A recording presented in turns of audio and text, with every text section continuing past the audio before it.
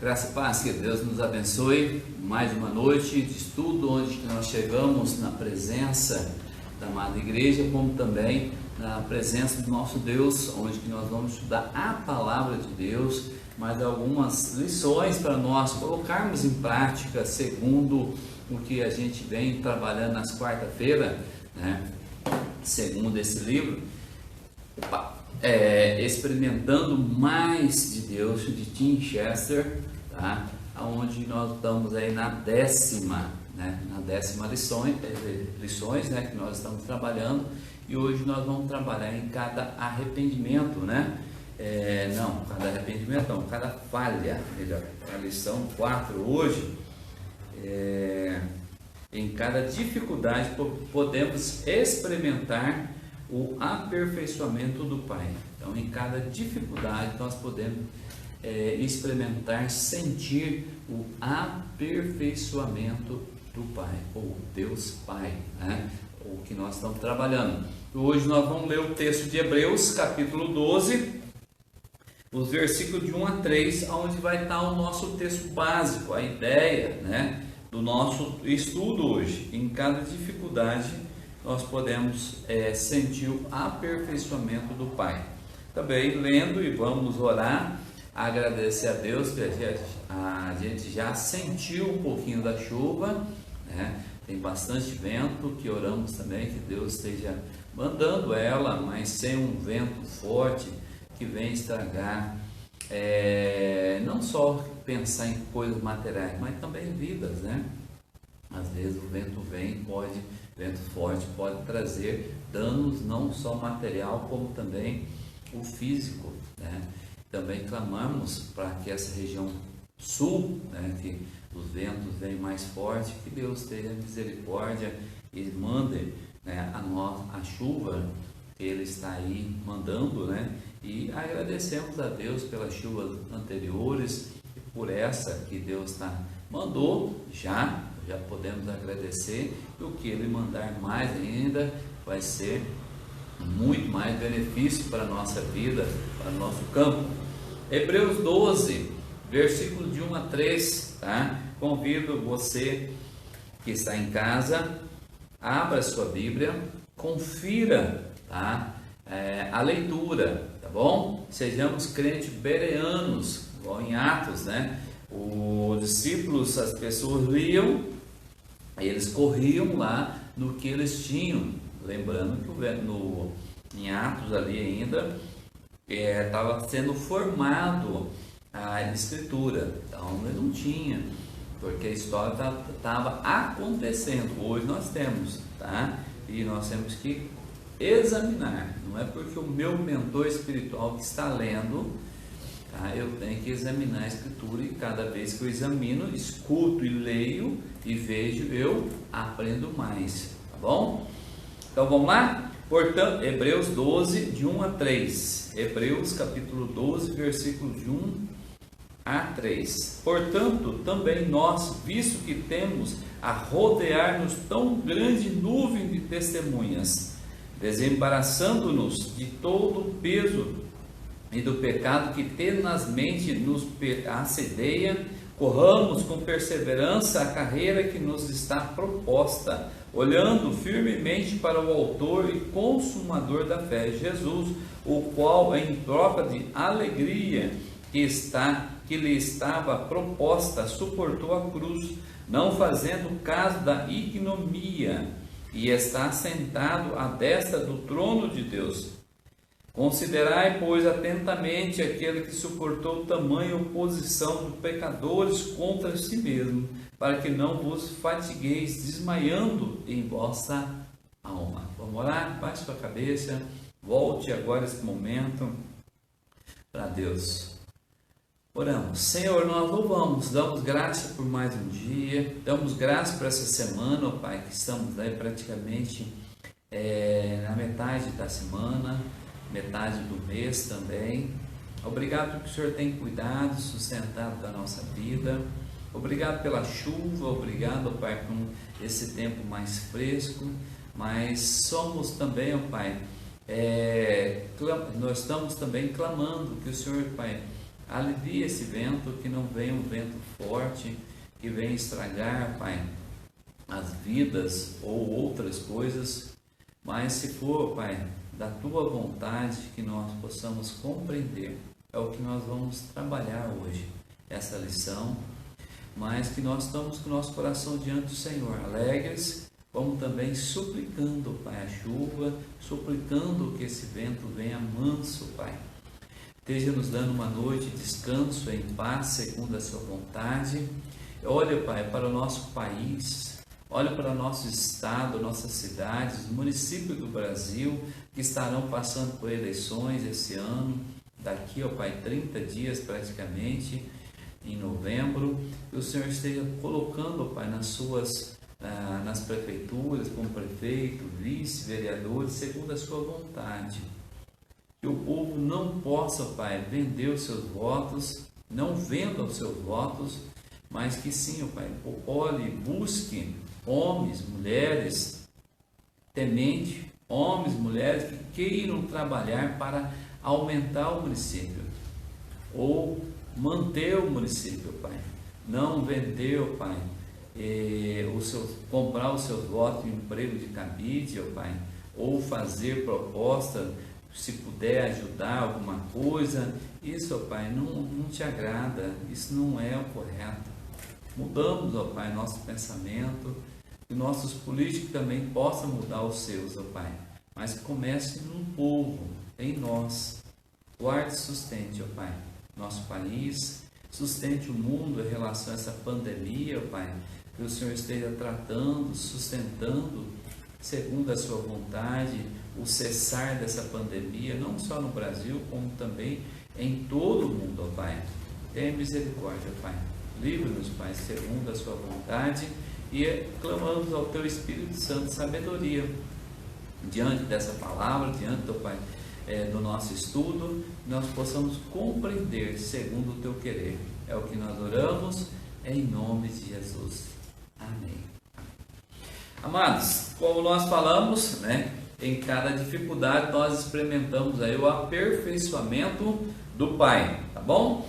Então, se nós olharmos para Hebreus, como nós olhamos, né, lemos Hebreus 12, de 1 a 3, nós estamos vendo que, portanto, também nós, visto que temos rodeado tão grande testemunhas, né, nuvem de testemunhas, aí nós voltamos para o capítulo 11, nós vamos entender que o autor de Hebreus, porque nós falamos autor, nós não temos quem escreveu a carta de Hebreus, tá?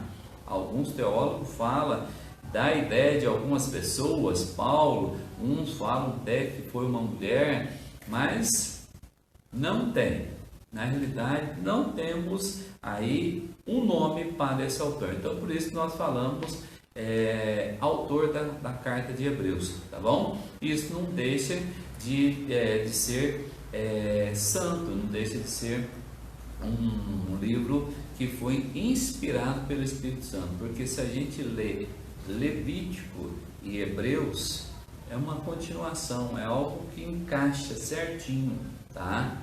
Então é um livro inspirado pelo Espírito Santo, tá bom? Então a Bíblia relata 66 livros, e demais disso nós chamamos livros apócrifos, tá bom? Então são 7 livros apócrifos e mais 2 acréscimos, tanto de Daniel e de Esther. São esses 2 acréscimos e mais 7 livros que nós consideramos apócrifos ou não inspirados. São livros que têm feitiçaria, o sentido ali leva para feitiçaria, outros livros levam para suicídio, tá? Autossuicídio. Então isso não encaixa biblicamente, mesmo que o contexto seja histórico, o conteúdo de suicídio, o livro não encaixa, tá? E outras coisas que a gente poderia um dia estudar, tá bom? Então, em cada dificuldade, olhando para isso, o que Deus está fazendo? Se a gente perguntasse, alguém perguntasse para você, o que Deus está fazendo? O que você responderia nessa questão? O que Deus está fazendo? É fácil ver as coisas boas da vida, querido. Olhando a chuva, né? Ao mesmo tempo, olhando um vento forte, a gente fica meio preocupado, mas se a gente olhar uma chuva gostosa, serena, é a coisa mais gostosa.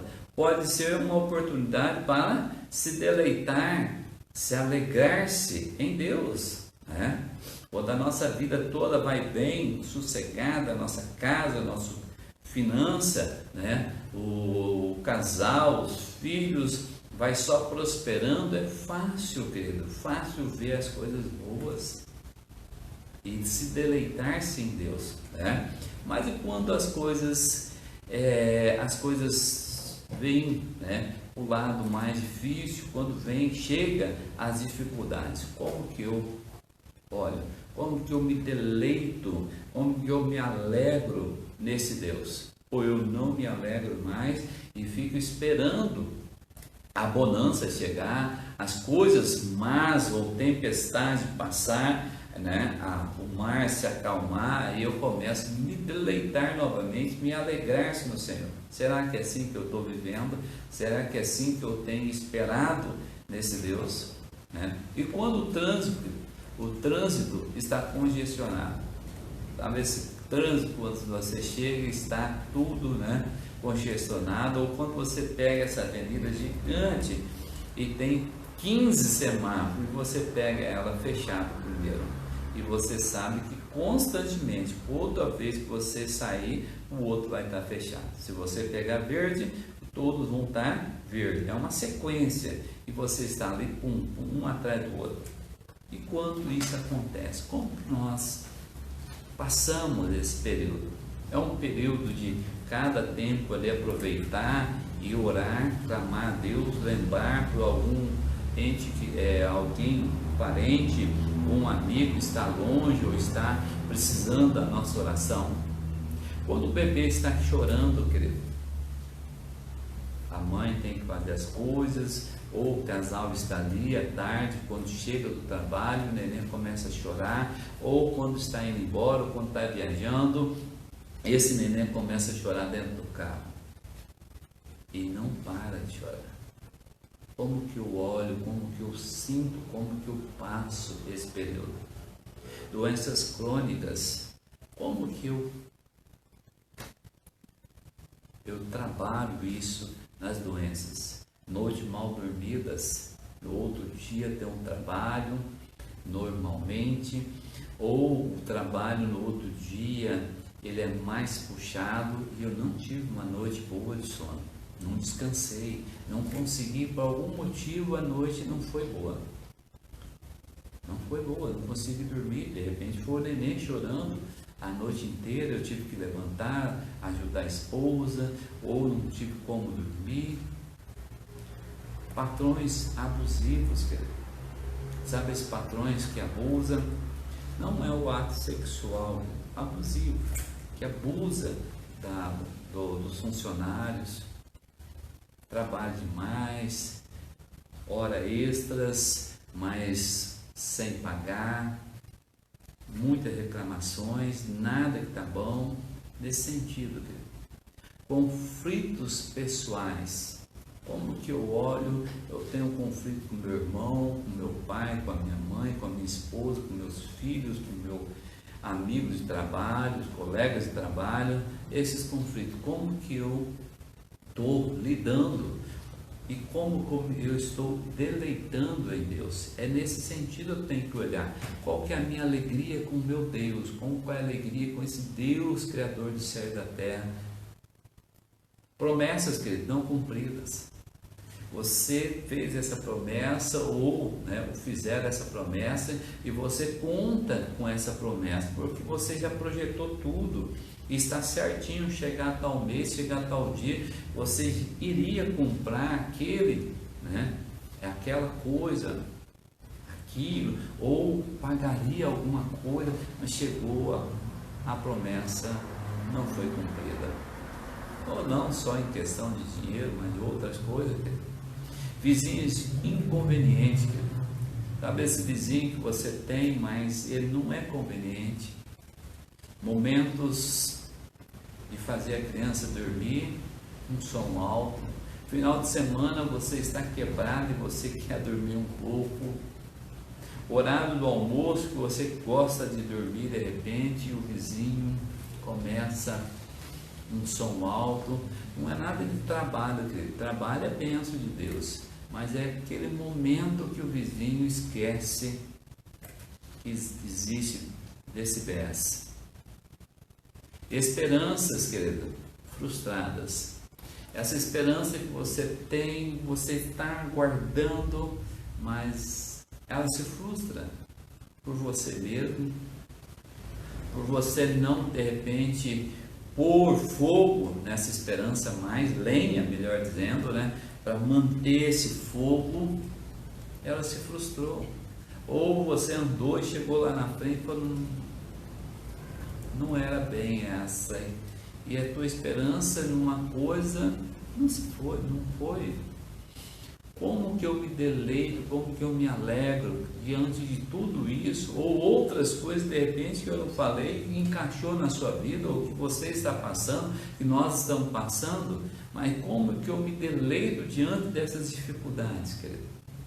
O autor de Hebreus, querido, descreve isso como uma palavra de ânimo. Versículo 5, se você está com a tua Bíblia aberta, tá? Na tradução NVI, na linguagem internacional, né? Palavra de ânimo. Tudo isso ele trabalha tipo uma palavra de ânimo. Não fique prostrado porque as promessas não foram cumpridas. Não fique aí bravo, perdendo o dia por causa do vizinho. Não fique perdendo porque a esperança frustrou. Mas vamos atrás de outra esperança. Vamos olhar para o vizinho, mas olhar para o vizinho como bênção. Uma palavra de ânimo. Ou a situação como algo de ânimo. Momentos para me alegrar em Deus. Para me buscar em Deus, tá? Então a primeira coisa aí que nós podemos olhar é enxergar as tribulações como disciplina, querido, de Deus é revolucionário. Então o autor de Hebreus vai trabalhar nesse sentido. Se eu enxergo as tribulações como a disciplina de Deus, é algo revolucionário e tem o que? O poder de transformar nossa postura diante do sofrimento. Então eu vou sair de um sofrimento como, né, egocêntrico e querendo que o mundo todo esteja ao meu lado, e isso nós encontramos muitas pessoas, e as pessoas ficam bravas porque está sofrendo e ela quer que todo mundo ponha os seus olhos, né, os olhos sobre ela. Não existe isso. Eu tenho que olhar como essas tribulações como uma disciplina de Deus. E isso vai me revolucionar para chegar e olhar esse momento com alegria, né? Então a primeira coisa, em cada dificuldade podemos experimentar o aperfeiçoamento do Pai. Então em cada dificuldade podemos experimentar o aperfeiçoamento do Pai. O Pai está me aperfeiçoando. Lógico, se eu não tenho relação com Deus como Pai, então todas as dificuldades, todos os problemas que podem vir sobre a minha vida, eu vou começar a murmurar, reclamar, falar que Deus não está comigo. Eu vou olhar como um Deus distante, um Deus que não me ama, um Deus isso, um Deus aquilo. Mas quando eu tenho um relacionamento com Deus Pai, como meu Pai, mas o Senhor nunca teve um pai assim, o Senhor nunca passou o que eu passei, abandono do meu pai, eu fui abusado pelo meu pai, ou meu pai me vendeu, meu pai me jogou e não quis me. Você nunca sentiu. Tudo bem, querido. Por isso eu não passei, mas não é por isso que eu tenho que olhar agora Deus e dizer que Ele é a mesma coisa. O problema está em mim. Se está em mim, eu tenho que encontrar Deus e deixar que Ele cure essas feridas. Primeira coisa, quem pode curar as feridas, as chagas, as feridas abertas, né? As cicatrizes abertas, são Deus, é Deus. E assim, esse Deus, ele subsiste em 3 pessoas. Pai, Filho e Espírito Santo. Então tem que entender que eu vou ter um relacionamento com o meu Pai, Pai Celeste. Não tem como eu ter um relacionamento com o Filho, Jesus, ou com o Espírito Santo, só, apenas. Ah, não, eu me identifico mais com o Espírito Santo, eu só fico no Espírito Santo. Não, querido, ambos são o mesmo. Então tem que ter um relacionamento com as três pessoas, saber que Ele é Pai, me ama e jamais abandona, mas eu que abandono quando eu começo a pecar e começo a reclamar, começo a murmurar, né? Eu afasto desse Pai, ou eu olho para Deus Filho, mas eu não me encontro e não acho digno de ser salvo. Com certeza, você e eu, nós não somos dignos da salvação, do sangue derramado, mas Ele te amou, Ele nos amou, e Ele dá a salvação a todo aquele que crê no seu nome, no nome desse homem chamado Jesus Cristo, ou o próprio Deus Filho. Todo aquele que chama, invoca Jesus como seu Senhor e Salvador é salvo. A grande questão é, eu não posso ter outra base, Ele é o único. E eu jamais falo amém para outras coisas, eu falo amém somente a Cristo Jesus. A sua palavra saiu da palavra, seja o que? Anátema, seja nulo, tá? Hebreus capítulo 12, versículo 6, tá? O Senhor corrige a quem ama e açoita a todo filho quem recebe. Então o Senhor corrige quem ama. Então, se você é disciplinado, se você é corrigido, você pode ter certeza que você é amado por Deus, ou você é filho de Deus, e açoita a todo filho a quem recebe. Isso é interessante. Então, se você é filho, se você e o Espírito Santo testificou o seu espírito que você é filho, então você está passando pela correção, você está passando pelo açoite, tá? De Deus. E esse autor de Hebreus estabelece uma comparação com os pais terrenos, os pais humanos, tá? O versículo 7 e 8 ainda do capítulo 12, tá? Pois que filho há que o pai não corrige? Mas se estáis sem correção, de que todos se têm tornado participantes, logo sois bastardos, não filhos. Então, se todos os filhos têm passado por essa correção e você não tem sido disciplinado, você não tem passado pela correção de Deus, então você não tem passado pelo açoite, então você é filho bastardo, ou você não é filho. Se você é bastardo, quer dizer o que? Você não faz parte dessa família. Então, por isso nós temos que ser açoitados, nós devemos ser disciplinados, corrigidos por esse Deus. Então Deus é um Deus carrasco, que coloca a gente no tronco, bate, até quando ele cansar, ele, né? Então por isso que a minha vida é uma desgraça, nada acontece, nada vai para frente, a minha vida é como se diz, é um zero à esquerda, é andar para trás. Querido, põe o pé no freio, acalma o espírito, porque se nós olharmos dessa maneira, uma coisa ou outra, eu vejo Deus Pai como algo carrasco, eu não tenho uma relação com esse Deus, ou eu estou impedindo alguma coisa e não tenho olhado para Ele, e olhando para o Filho, eu não vou ter uma relação boa com Ele também. Porque se o Pai é desse jeito, o Filho, então, para eu ter a salvação, aí eu começo assim, para mim ter a salvação, eu tenho que fazer isso. A Bíblia fala, para ter salvação, eu não preciso fazer nada, porque a salvação é de graça. Todo aquele que o Pai dá ao Filho, Ele o compra. Então, minha relação começa no Pai. Eu tenho que conhecer esse Pai.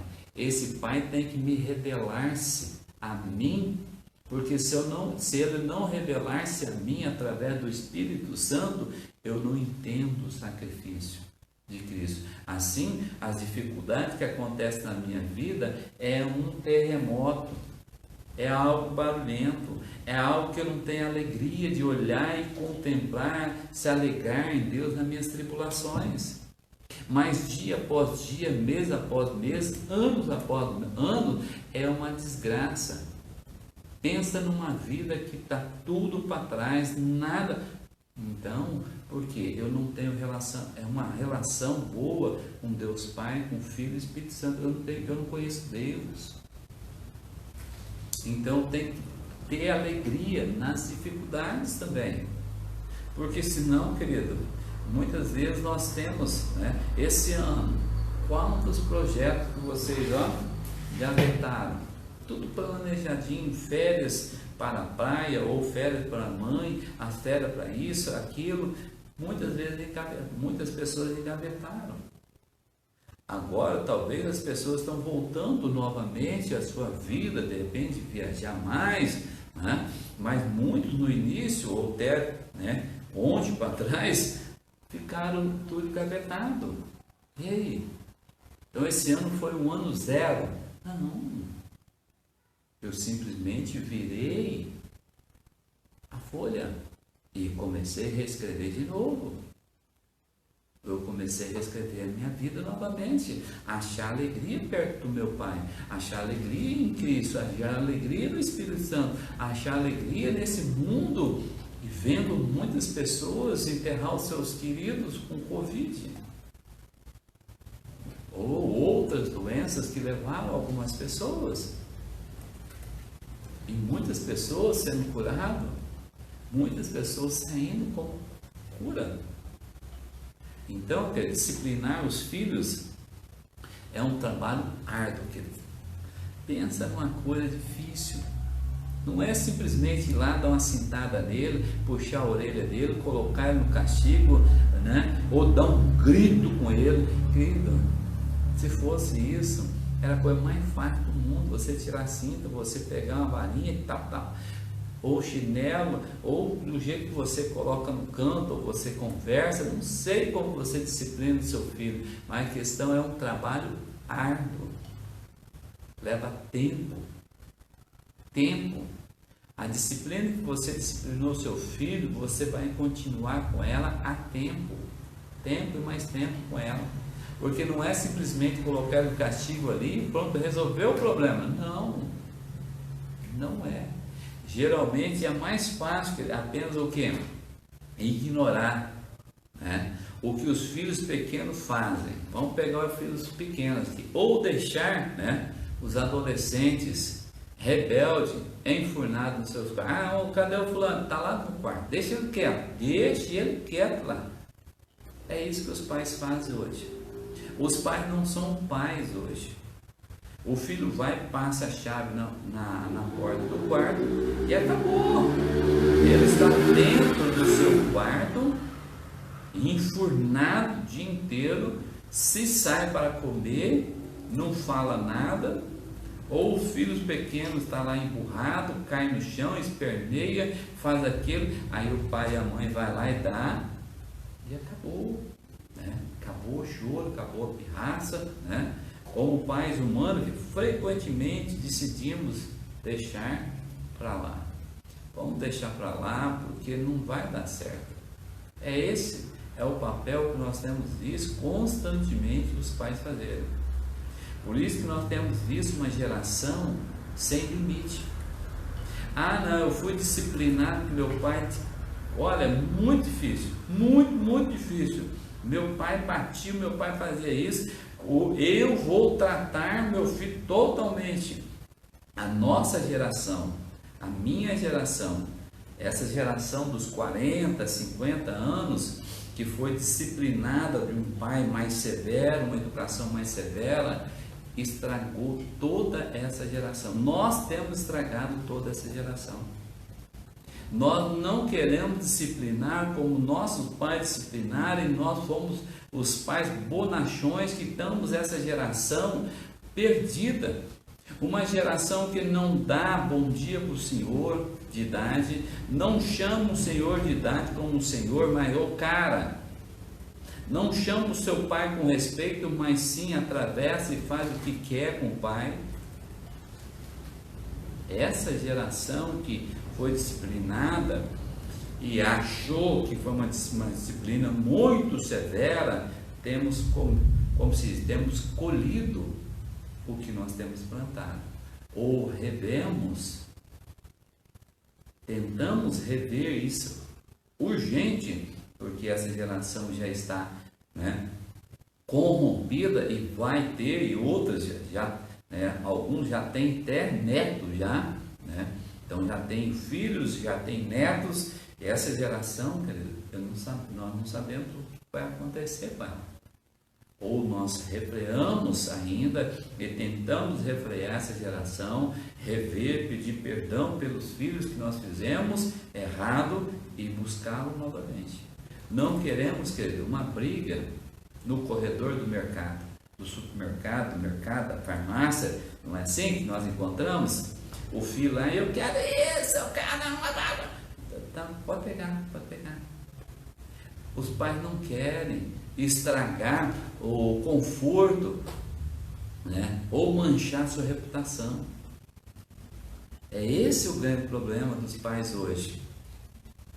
Deixa o filho fazer tudo, pega tudo no mercado, faz tudo, porque senão o filho cai no chão. Como nós falamos, se fosse nosso pai, não haveria nenhuma chance do filho cair, porque não cairia, porque se ele fosse cair, antes de cair, ele já estava na cinta, ele já estava sendo disciplinado. Hoje não. Se o pai não der, é o pai que cai. Por isso que nós encontramos alguns filhos que batem no pai. Ah, mas o senhor está indo demais, né? Pastor, o senhor está indo demais lá na frente. Não estou indo, não. Não estou indo muito além do que é a realidade, não, querido. Na realidade, não estou indo nada. É isso que nós encontramos.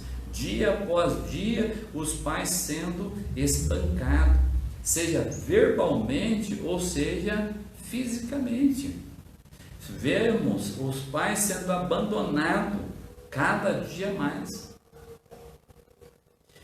Vemos cada dia mais os filhos desejando a herança, matando o pai, fazendo o pai vender os seus bens, porque eu quero, senão cai no chão. Aí o pai vende tudo, dá para os filhos. Pouco tempo os filhos já torrou tudo, e tudo que o pai passou a vida conquistando, acabou. E assim, querido, nós pais, né? Nós pais concedemos o que o filho quer com uma risadinha, sabe essa risadinha lateral, né? No canto da boca, sem graça nenhuma, porque a pessoa está olhando ali. A vontade é que a vontade dessa pessoa é ir lá pegar o filho e socar a mão. Campo Mourão, fui levar minha filha para fazer um exame, olhando, né, pessoas idosas sentadas, eu e a minha filha, mas começou a chegar pessoas, né, mulheres. Levantei, sentou, chamei a minha filha também, e ela tem toda a saúde para ficar, mas um rapaz da mesma idade minha ficou sentado. É o direito dele, está certo, é o direito dele, é a cadeira dele. Mas tinha uma senhora do lado, ele viu. Mas para essa geração, a minha geração, talvez a sua geração, é a geração que quer os seus direitos. Eu cheguei primeiro, a cadeira é minha e pronto. Quem quiser, espera. Então sabemos, querido, sabemos que isso é uma atitude egoísta dos pais. Deixar o filho fazer o que quer é uma atitude egoísta do pai. Tá? Sabemos que estamos também sacrificando a educação dos nossos filhos. Nós estamos matando a educação dos nossos filhos. Aí quando nós vamos para a escola, vemos professores sendo espancados. Olhamos para alguns vídeos aí na internet, o aluno jogando essas latas de lixo, mas um amigo está filmando. Por que está filmando? Porque já foi planejado. E quando isso chega para o pai fala, não, é adolescente, é jovem, lá na frente ele muda. Não muda não, o caráter dele já foi destruído. Homens sendo formados, adolescentes sendo formados totalmente sem caráter, porque os pais têm sido egoístas, os pais têm sacrificado a educação dos seus filhos para o bem e melhor dele. E para piorar, alguns anos de políticas demoníacas que nós passamos e tentando agora sair disso, dessa geração que o governo permitiu, trouxe para dentro das aulas, das nossas escolas. Acabou.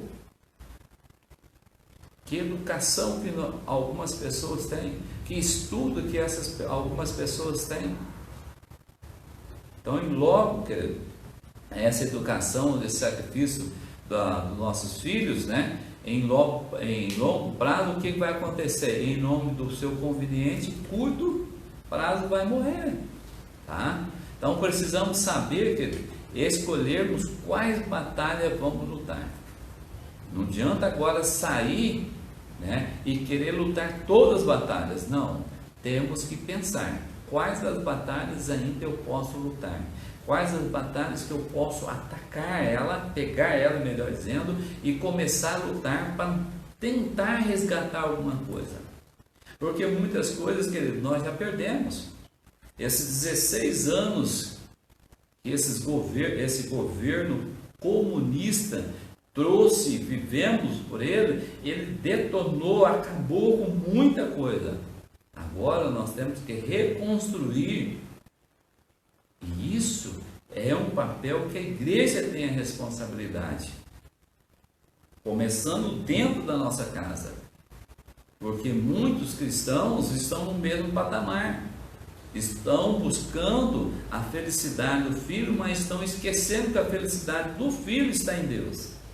E é essa a única felicidade que nós podemos, é o único maior bem que nós podemos dar para o nosso filho, é o temor com Deus. Se ele teme a Deus, ele teme o resto. Ele vai ser perfeito? Não. Não existe perfeição nessa terra, mas pelo menos um pouquinho do que nós podemos dar de caráter, ética e educação, nós temos que fazer da nossa parte, né? Ainda permanece, sabe como? Em longo prazo, disciplina é um ato de amor. Seu filho pode achar ruim, seu filho pode fazer o que quer, mas longo prazo é um ato de amor. Está correndo aí na mídia um vídeo que o filho comprou R$200, mais de R$200 de diamante em jogo. E a mãe vai trabalhando o filho vai manipulando ali, né? Tipo assim, fazendo psicologia na mãe. E a mãe filmando, levando, mostrando a capacidade que o filho tem de manipular.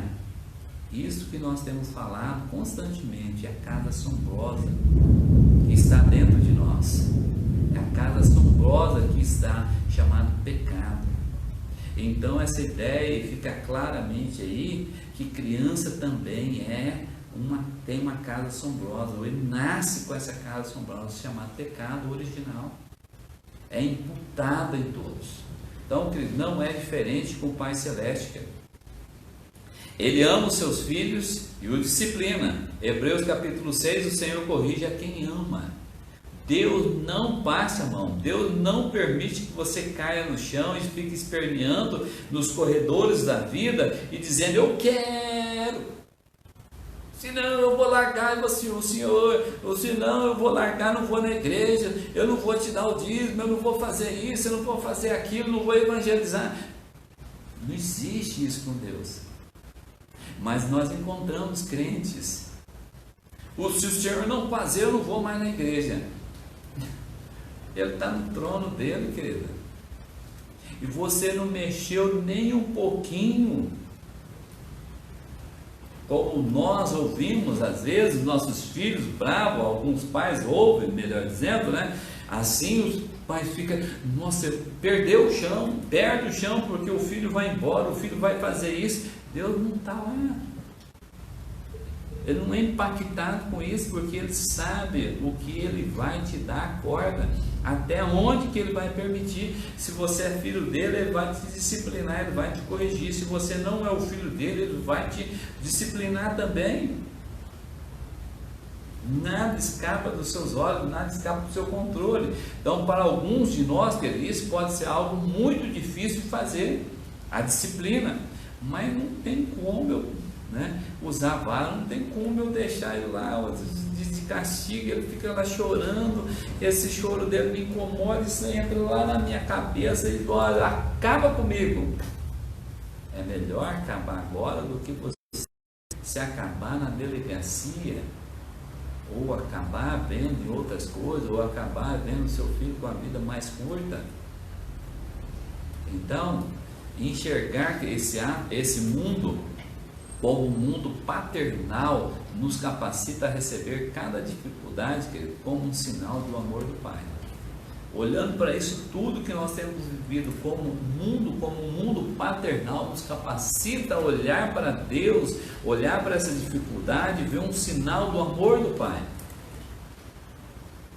Mas então, como Deus me ama nessa situação, querido, eu tenho que olhar para o amor, eu não tenho que olhar pelas dificuldades. Eu não tenho que olhar porque, eu quero servir a Deus, mas eu quero sair dessa dificuldade. Não, querido, talvez você vai entrar mais difícil ainda. Muitos que aceitaram Cristo Jesus foram rejeitados pelas suas famílias. Muitos que aceitaram Jesus Cristo foram mortos. Mas a questão não é isso, a questão é saber que eu estou com Deus. A minha alegria está em Deus, não no que se vai vir bonança demais, se vai vir dificuldade demais. Não, eu quero saber que eu estou em Deus e Ele me encontrou num caminho de teimosia, num caminho perdido, num caminho de morte. As dificuldades são disciplinas que que nos vão levando cada dia mais perto do Pai. E esse mundo nos mostra e nos dá um sinal desse Pai. Não que Ele fez isso acontecer, então Deus planejou tudo esse mal para nos mostrar. Não, querido. Ele simplesmente deu livre-arbítrio em Adão, somente Adão teve livre-arbítrio. Nós hoje temos a livre agência. Adão perdeu esse livre-arbítrio, foi além do que ele poderia, trouxe essa consequência dos pecados, e hoje nós vivemos assim. E assim, Deus olha com toda essa dificuldade, com todos esses problemas que nós temos nesse mundo, ainda mostrando que o seu amor. Então, um dia ruim que ele pode se transformar num dia bom. Sabe esse dia péssimo que você tem, você chegou, o patrão já está acordou, como o ditado, acordou com o pé esquerdo? Não, é ele, mas eu vou fazer tudo o que pode se tornar um dia excelente. Ele vai olhar para mim e falar: poxa, o que você tem? Qual o passarinho verde que você viu? Não vi nada, simplesmente eu estou com ele. Quem? Deus. Pronto. O que eu falar para você? Ora por mim. Ora por mim. É a oportunidade de você orar. É a oportunidade de você estar falando: já estou orando. Já estou orando por você. Mas se você quiser que eu ore agora, também eu posso orar. Faça esse dia péssimo um dia maravilhoso. Então, um dia ruim se torna um dia cheio da disciplina paternal de Deus, querido. Um dia ruim se torna um dia cheio da disciplina paternal de Deus. E a disciplina paternal de Deus, querido, é um sinal do seu amor paterno. E entretanto, podemos ir além também, querido. O autor da carta de Hebreus, capítulo 11, que nós falamos atrás, uma lista, coloca uma lista de heróis da fé do Antigo Testamento, indo até o seu clímax em Jesus. Olha lá o capítulo 2, 1 e 2 agora, aqui. O autor e consumador da fé. Ele mostra a galeria da fé, e entra no capítulo 12, 1 e 2, dizendo: o autor e consumador da fé, Portanto, também nós, visto que temos rodeado tão grande nuvem de testemunha, desembaraçando-nos de todo o peso e do pecado que eternamente nos assedia, corramos perseverança a carreira que nos está proposta. Então, nós olhamos para o autor, olhamos para o consumador da nossa fé. Então, a aplicação do autor, querido, é essa, versículo 3. Considerai, pois, atentamente aquilo que suportou tamanha oposição dos pecadores contra si mesmo, para que não vos fatigueis, desmaiando em vossa alma. Considerai, pois, atentamente aquilo que suportou tamanha oposição dos pecadores. Para quê? Para você não desmaiar, para você não ficar aí caindo nas dificuldades, nos problemas que nós tivermos, nas tribulações de passarmos, porque nós vamos olhar para a cruz, vamos entender que o segundo Adão, o primeiro veio, mas ele não cumpriu o que Deus quis, mas o segundo encarnou-se, o Deus encarnou como o segundo Adão, cumpriu, e ele nos deu vitória, e logo voltará para buscar a sua igreja. Então Jesus, que é o Filho de Deus, é o Deus, é o Filho de Deus, é o Deus próprio, né? Como, participando do próprio ser do Deus Pai. Porém, Jesus, o Filho Divino, foi disciplinado. Aqui que é algo interessante, Hebreus 5:8, olha lá, Hebreus capítulo 5, 8. Embora sendo filho, aprendeu obediência pelas coisas que sofreu. O autor de Hebreus leva essa ideia lá do Levítico, trazendo agora no filho, no sofrimento. Embora sendo filho, aprendeu o que? A obediência pelas coisas que sofreu. Lógico, não está falando aqui o lado espiritual de Cristo, humano. Ele se fez carne. Esse lado carnal de Cristo Jesus, querido, ele aprendeu no seu sofrimento. Ele abnegou-se da sua glória. Ele deixou o trono, encarnou-se como homem. Então, o autor da salvação foi aperfeiçoado, querido, por meio de sofrimento. Cristo foi aperfeiçoado como Cordeiro de Deus através do sofrimento. O Cordeiro de Deus que tira o pecado do homem. Olha o versículo agora 10 do capítulo 2, versículo 10 de Hebreus ainda. Porquanto convinha que aquele por cuja causa e por quem todas as coisas existem, conduzindo muitos filhos à glória, aperfeiçoasse por meio do sofrimento o autor da salvação. Cristo foi aperfeiçoado no sofrimento como autor da salvação dos filhos que o Pai deu para morrer por ele. Não é que Jesus era pecador, não que Jesus precisava ser corrigido, Jesus é Deus, né? Ou seja, ele é o segundo Adão aprovado, é nesse sentido, no lado humano que nós falamos. Romanos 5,19 diz, porque como pela desobediência de um só homem muitos se tornaram pecadores, assim também por meio da obediência de um só, tá? Muitos se tornarão justos, Jesus Cristo. Então o primeiro homem veio e pecou, o segundo homem, que é Cristo Jesus, o próprio Deus, vai cumprir, né, o que a lei exigia, a perfeição. Então ele foi equipado para ser o nosso mediador ao sofrer juntamente conosco. Então Cristo foi o que? Equipado para ser o mediador. Então o único mediador que é equipado, preparado, com condição de estar entre o homem pecador, você e Deus, é Cristo. Ele veio e sofreu. Então toda idolatria, todos os santos que surgem, todos outros deuses que surgem nos paganismos, outras religiões colocando aí, né, homens que veio, que dá isso, são tudo homens que não está equipado, não está preparado. Eles não sofreram para ser o seu mediador. É não sofrer e não tem capacidade, porque não tem homem sequer aqui, nessa face ou que vai nascer, que não está morto espiritual e necessita de Deus.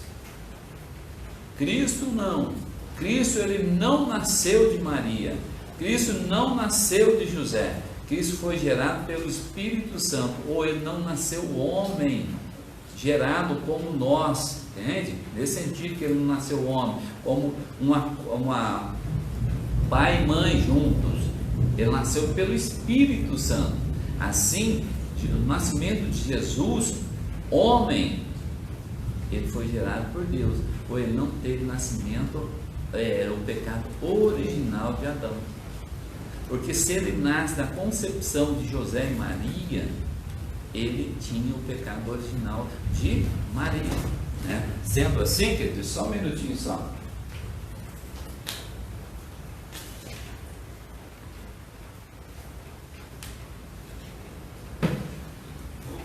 Sendo assim, Jesus, ele é o homem, o segundo homem perfeito. Ele é o segundo Adão perfeito. Então o sofrimento o preparou para a obra que ele tinha de realizar. Então Cristo é preparado nisso. Olha o versículo 9 do capítulo 5 de Hebreus. E tendo sido aperfeiçoado, tornou-se o autor da salvação eterna para todos que lhe obedecem. Então, tendo sido aperfeiçoado, tornou-se o autor da salvação, ou autor, o único meio que eu posso ir para o céu, para ter comunhão com Deus, é o autor da salvação, Cristo. Não existe outros mediadores menores que interceda por mim. O autor, ele não reparte a sua glória, ele não necessita de homens elevados por outras religiões, ou homens que fizeram as suas próprias religiões, ou homens que buscaram alguma coisa, mas as pessoas, os seus discípulos, fizeram ele como deuses. Deus não precisa disso. Deus é Deus. Deus é Deus. Então o sofrimento o preparou para a obra que ele tinha que realizar. Morrer, ressuscitar e ser o autor da salvação, ou ser o segundo Adão perfeito. Portanto, o autor de Hebreus nos convida a considerá-lo, tá? Olha lá para você, considerá-lo, porque nós também somos filhos de Deus. Então, eu vou considerar homens? Não. Por quê? Que eles fizeram isso aqui? Não, eles foram instrumento. Instrumento eu não tenho que considerá-lo. Como eu posso ser um instrumento, como você pode ser um instrumento na mão de Deus. E podemos fazer um milagre. Quando eu morrer, eu vou ter que ser santo? Não, de maneira alguma. Eu fui um instrumento que Deus usou-me para abençoar, para fazer o seu milagre, mostrar, né? E o que Deus quer? Que nós o adoramos, não veneramos homens, não os consagramos como mediadores, de maneira alguma. Isso é loucura. Tá? Então, se nós somos filhos por natureza, mas somos filhos e filhas por adoção, querido, tá? Não somos filhos por natureza, melhor dizendo, né? Mas somos filhos e filhas por adoção. E o nosso sofrimento é um sinal do que? Somos filhos como o Filho, Jesus, tá? Um relacionamento com o Pai semelhante a um relacionamento do Filho com o Pai, querido. Olha lá o Hebreus 12, 3, né, que nós acabamos de ler. Considerai, pois, atentamente aquele que suportou tamanha oposição dos pecadores contra si mesmo, para que não vos fatigueis desmanhando em vossa alma. Considere esse homem, considere esse Deus Filho, considere esse Deus na segunda pessoa. Diante do seu sofrimento, suas dificuldades, olhe para ele, considere ele como mediador, aquele que você pode abraçar, aquele que você pode ter certeza que ele vai te ajudar. Então o sofrimento que pode ser um meio para a comunhão com Deus, para desfrutarmos do nosso relacionamento com ele. Se recebemos a dificuldade pela fé, elas têm o poder de nos aproximar do nosso Pai Celeste. Se recebemos a dificuldade pela fé, Se nós não recebemos, que recebemos como maldição, como isso, aí nós não poderemos chegar, ou temos a proximidade com o nosso Pai. Jó, eu não sabia o que estava acontecendo, que era Deus permitindo que Satanás o afligisse desse jeito. Mas ele pegou o quê? Aproximou-se de Deus. Jó aproximou cada dia mais com Deus. E ele viu a sua miséria. E olha que Deus fala que Jó era um homem justo e íntegro. Noé e tanto outros. Então, em cada adversidade, podemos desfrutar do amor do Pai. Além de cada dificuldade, podemos experimentar o aperfeiçoamento do Pai. Em cada tribulação também podemos o quê? Desfrutar do aperfeiçoamento do Pai. Em cada tribulação. Então, Deus tem um propósito para o nosso sofrimento. Não pense que isso, aquilo que às vezes acontece na nossa vida, não pode ter um propósito, tá? Mas eu não posso começar agora a procurar tudo, né? Pensando, não, de repente é o que eu fiz, a minha burrada, né? Eu fiz uma coisa e eu estou sofrendo, estou tendo sofrimento, e isso não é propósito de Deus, não tem nada com Deus, simplesmente é minha cabeça dura que eu fiz lá atrás e agora tem as consequências, né? Então ele está usando as tribulações, ou Deus está usando as tribulações para nos moldar e fazer crescer. Hebreus 12, versículo 9 e 10. Além disso, tínhamos os nossos pais segundo a carne, que nos corrigiam, nos respeitávamos e os respeitávamos. Não havemos de estar em muito maior submissa ao Pai espiritual, então veremos. Pois eles nos corrigiam por pouco tempo, segundo melhor lhe parecia. Deus, porém, nos disciplina para aproveitamento, querido. Então, a disciplina tem um propósito, tá? Normalmente, disciplinamos nossos filhos para que eles cresçam e amadureçam. Nós não estamos disciplinando nosso filho para maltratar ele, para abusar dele, para deixar ele humilhado. Não, lógico, tem esses pais, mas não. Aquele pai que ama, ele vai disciplinar os filhos para crescerem e amadurecerem. Quando eles crescerem, eles são maduros, tá? Então desejamos também o que ensiná-lo a ter respeito pelas autoridades e preocupação com as pessoas. Então autoridade é autoridade, e sabermos que tem pessoas que nós temos que preocupar com elas, tá? Outras vezes disciplinamos nossos filhos por estarmos decepcionados ou irritados. Não é assim?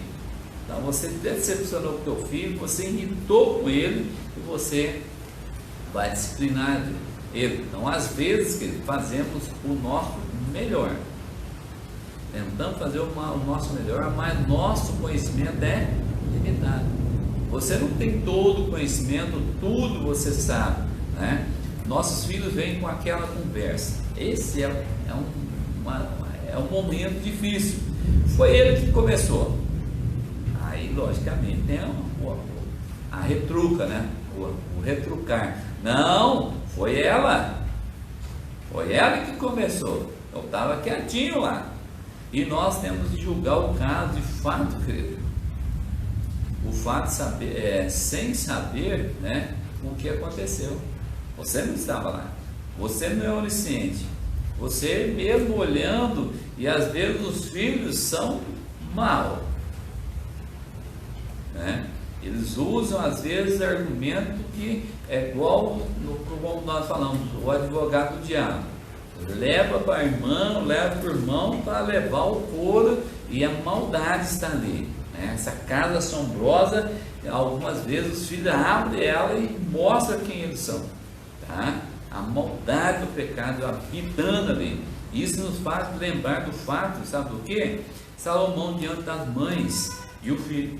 Chegou duas mães brigando. Não, esse é meu filho, não, esse é meu filho, esse é meu filho, esse é meu filho. E Salomão, 1 Reis, capítulo 3, ele pega e manda, né, o soldado dele ali, e fala, ó, pega o filho e corta no meio.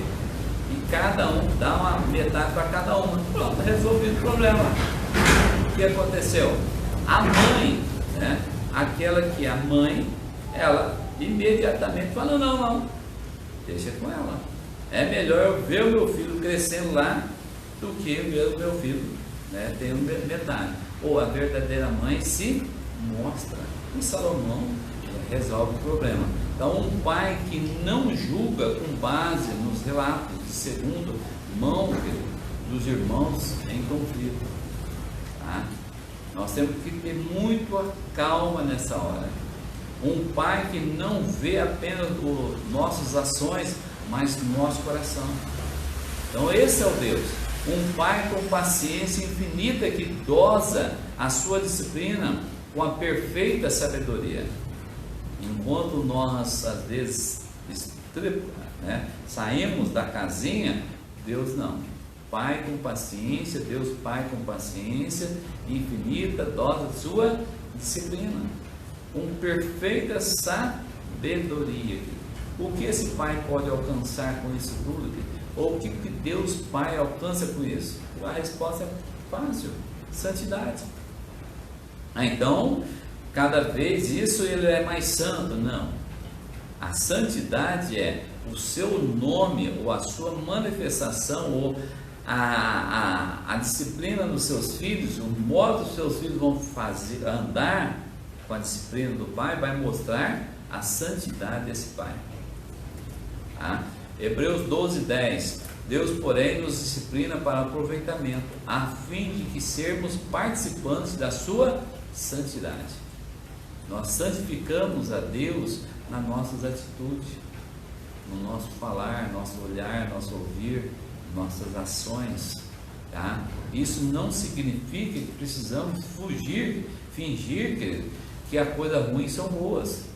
Não, então a partir de agora, então Deus quer que as dificuldades, as tribulações são tudo boas. Não vou fingir que eu não estou passando dificuldade, que eu não estou sofrendo. O mal é bom, o mal é mal. Nós sabemos que o mal é mal.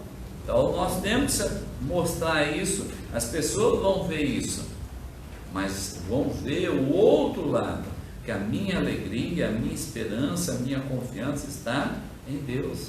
Se você imagina Jó nessa situação, e ele olhasse, fingisse que tudo está bem, né? Ou não buscasse em Deus, não esperasse em Deus, qual seria a situação de Jó? Então, se você foi uma vítima de uma injustiça, você pode chamá-la pelo nome injustiça. É pecado, é algo errado. Eu não tenho que falar e colocar outro nome. É injustiça. Teu patrão fez injustiça, seu pai fez injustiça, sua mãe fez injustiça, seu irmão, um amigo, seja lá o que for, alguém fez isso, é injustiça com você, é algo errado. Você tem que dar o nome ao erro. Se você luta contra uma doença, pode chamá-la pelo nome. Qual que é a tua doença? Chame ele pelo nome. A doença é uma cicatriz no mundo bom que Deus criou. Não é que Deus colocou, não, né? Em Jó, Deus não colocou doença nenhuma. Ele permitiu que o Satanás colocasse ou ferisse Jó com doença. Tá? Não precisamos fingir que coisas ruins são agradáveis. Você está lá, está rindo, não. Deus tem relacionamento com seus filhos. E Deus quer que nós também mostramos ao mundo, mesmo com sofrimento, mas que Ele está cuidando. A nossa esperança é isso. Então está tudo bem em dizer isso. Então, Deus quer e Deus permite nós falarmos: Deus está doendo. Deus está doendo demais. Isso está me machucando demais. Você acha que Jó não falou isso? Acha que Jó não olhar no texto ali, mas no outras coisas que não foi relatado, será que Jó ou tantas outras coisas? Então deficiência, perdas, decepções, pressões, tudo isso dói, cara. Dói muito. E às vezes fica marcado. Então, mas nas mãos de Deus, as coisas que má são também cheias de propósito. Tá? versículo 11 do capítulo 12 agora, Hebreus 12, 11. Toda disciplina com efeito no momento não parece ser motivo de alegria, mas de tristeza. Ao depois, entretanto, produz fruto pacífico ao que tem sido por ela exercitado, fruto de justiça. Então podemos confiar, querido, Deus está usando o que? Essa coisa má, mesmo os intentos maus de pessoas que às vezes vêm sobre nós, pecadores que vêm sobre nós fazer mal, para a glória dele e o nosso bem, querido. Deus está sendo glorificado em todo sentido que a igreja está padecendo, e o nosso bem também Deus está cuidando. Gênesis capítulo 50, toda a história de José, tá? O exemplo disso é, claro, a vida de José. Os irmãos o venderam, os irmãos o invejaram, mas tudo isso ali Deus tornou em bem. Deus usou a vida de Jó. Então, por a disciplina, por vezes, a disciplina de Deus é um chamado a nós arrepender do nosso pecado específico. Às vezes, nós estamos em pecado e Deus nos disciplina e está nos dando oportunidade de arrependimento. Exemplo disso, alguns membros da igreja de Coríntios estavam trazendo no seu está exibindo ali, socialmente, sua condição social, vindo, comendo primeiramente, e aquelas pessoas mais simples, quando chegavam, não tinha mais nada para comer na ceia do Senhor. Aí Paulo chama a atenção e diz: olha, examina-se, se vocês querem comer e beber, come e beba em casa, não venha se embriagar aqui, não venha ser gulosos aqui. Tá? Então, capítulo 11, versículo 29 e 30 de 1 Coríntios: pois quem come e bebe sem discernir o corpo, come e bebe juízo para si. Eis a razão, porque há entre vós muitos fracos e doentes, tá? E não pouco que dormem. Essa é a exortação de Paulo, né? Mas não é assim que a disciplina de Deus normalmente funciona, querido, tá? Jesus rejeita essa ideia que todo sofrimento está ligado ao pecado específico, tá? Então Jesus não está falando que tudo que acontece, todo sofrimento, tá, é direcionado ao pecado, tá? Jó mesmo, que nós já falamos, não estava em pecado, como mostra a história da cura do cego, quando Jesus cura o cego de nascença, João capítulo 9. As pessoas falam: quem pecou? Seu pai? Foi ele ou seu pai? Nenhum. O pai dele não pecou e ele também não pecou. Ele nasceu cego, tá? Então temos coisas, doenças que nós nascemos, não é porque nós estamos em pecado ou que nós pecamos. Nascemos cego, nascemos, com alguma deficiência física, pronto, acabou, não tem problema nenhum. A questão é: eu vou olhar e vou glorificar a Deus do jeito que eu sou. Mas se você é perfeito, agradeça a Deus por isso. E você tem alguma dificuldade, tenta compreender essa dificuldade tua e viver, como nós vemos várias pessoas com todas as dificuldades, sem braço, sem mão, mas são capazes só com as pernas, fazem tudo, buscar a alegria, viver daquele jeito que ela nasceu, mas tentaram, superaram, enquanto outras pessoas ficaram, ali chorando.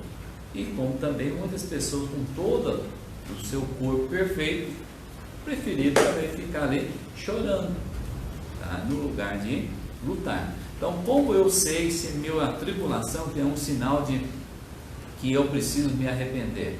Então, eu estou passando por alguma dificuldade, alguma tribulação, como que eu sei que sinal que eu preciso, para arrepender, tá? Ou isso, ou aquilo, A resposta é que o pecado será persistente e notório, tá?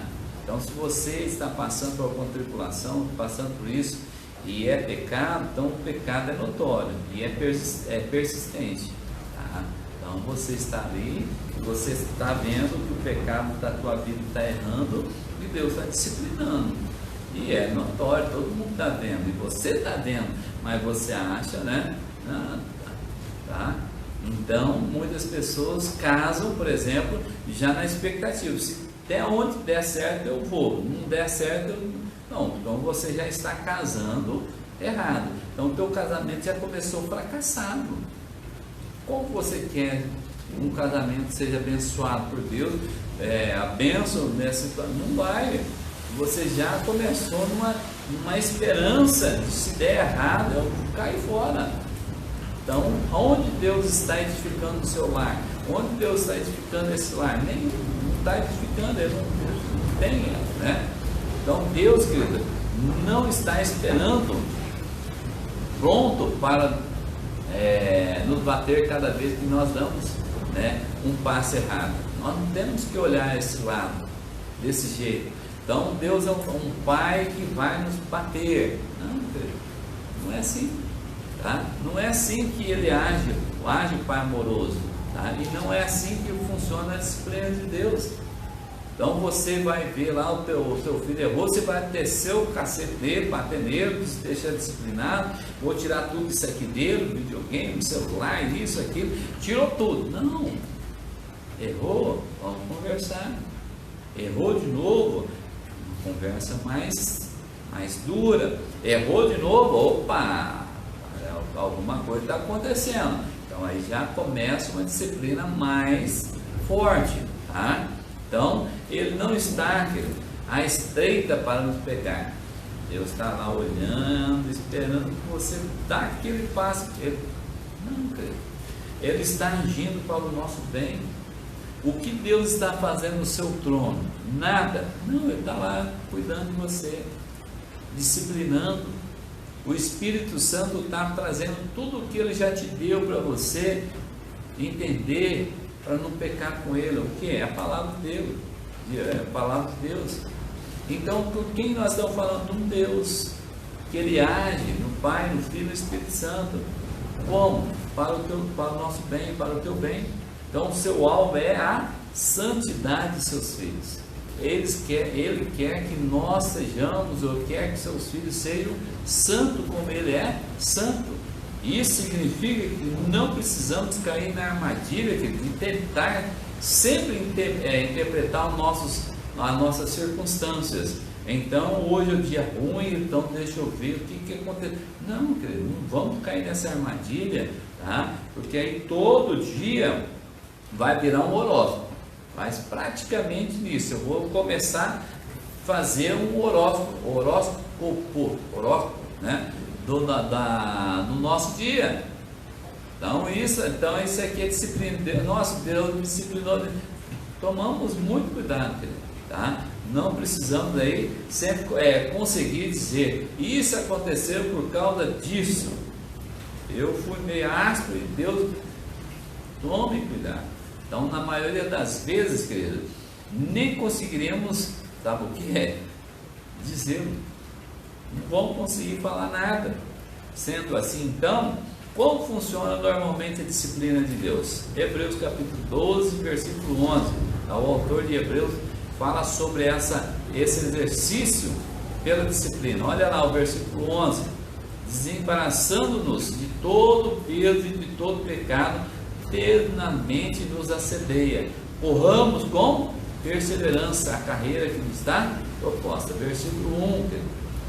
Então, ele trabalha nesse sentido de estar preparado. Corramos para a perseverança. Estejamos preparados como um atleta. Então, você não pode correr bem com peso, querido. Imagina você com um peso gigantesco tentando. Não vai, o atleta não funciona desse jeito. O atletismo. Lógico, um treinamento é uma coisa, mas quando você vai correr, na vida cristã é assim, não tem como você colocar peso. O peso já se tirou, Cristo já tirou, tá? Sobre as nossas costas, que é o nosso pecado. Eu não tenho que buscar mais para ficar lento, não, eu tenho que disparar na vida, na minha maratona aí, firme e forte, caminhando para a vida celestial. Então você precisa de programa de treinamento, tá? Para ficar em forma. Como? Lendo, estudando, orando, Como? Só isso? Não, eu posso ter comunhão, eu posso estudar, buscar outros estudos fora. Hoje, fantástico, na internet tem vários estudos, tá? Tome cuidado só com os mentores e canais de ensino, senão a gente também vai começar a beber e comer coisas que não agrada, né? Então, a disciplina, por último, de Deus é como um programa de treinamento para nos deixar o quê? Em forma, a fim de podermos, como Paulo dizermos, como Paulo, 1 Timóteo capítulo 6, 2 Timóteo capítulo 4, tá? Combater o bom combate, completar a carreira, a corrida, a carreira, né? Combater o bom combate. Como que eu posso combater o meu bom combate? Estando mais perto de Deus. Como que eu posso completar minha carreira, a minha corrida? Treinando, exercitando. Oração, leitura, comunhão, vida de santidade, cada dia mais. Concluindo então, querido, Romanos 8, 28 nos diz o seguinte: sabemos que todas as coisas cooperam para o bem daquele que ama a Deus, daqueles que são chamados segundo o seu propósito. Então, nem todas as coisas na vida de pessoas vão cooperar para a vida dele. Não, por quê? Primeiro, daqueles que amam a Deus. Talvez as pessoas não amam. Eles estão na igreja, faz isso, faz aquilo, mas não ama a Deus, tá? Daqueles que são chamados segundo o seu propósito. De repente as pessoas não é chamado. Então, todas as coisas estão cooperando para o bem dele? Não, estão cooperando nada.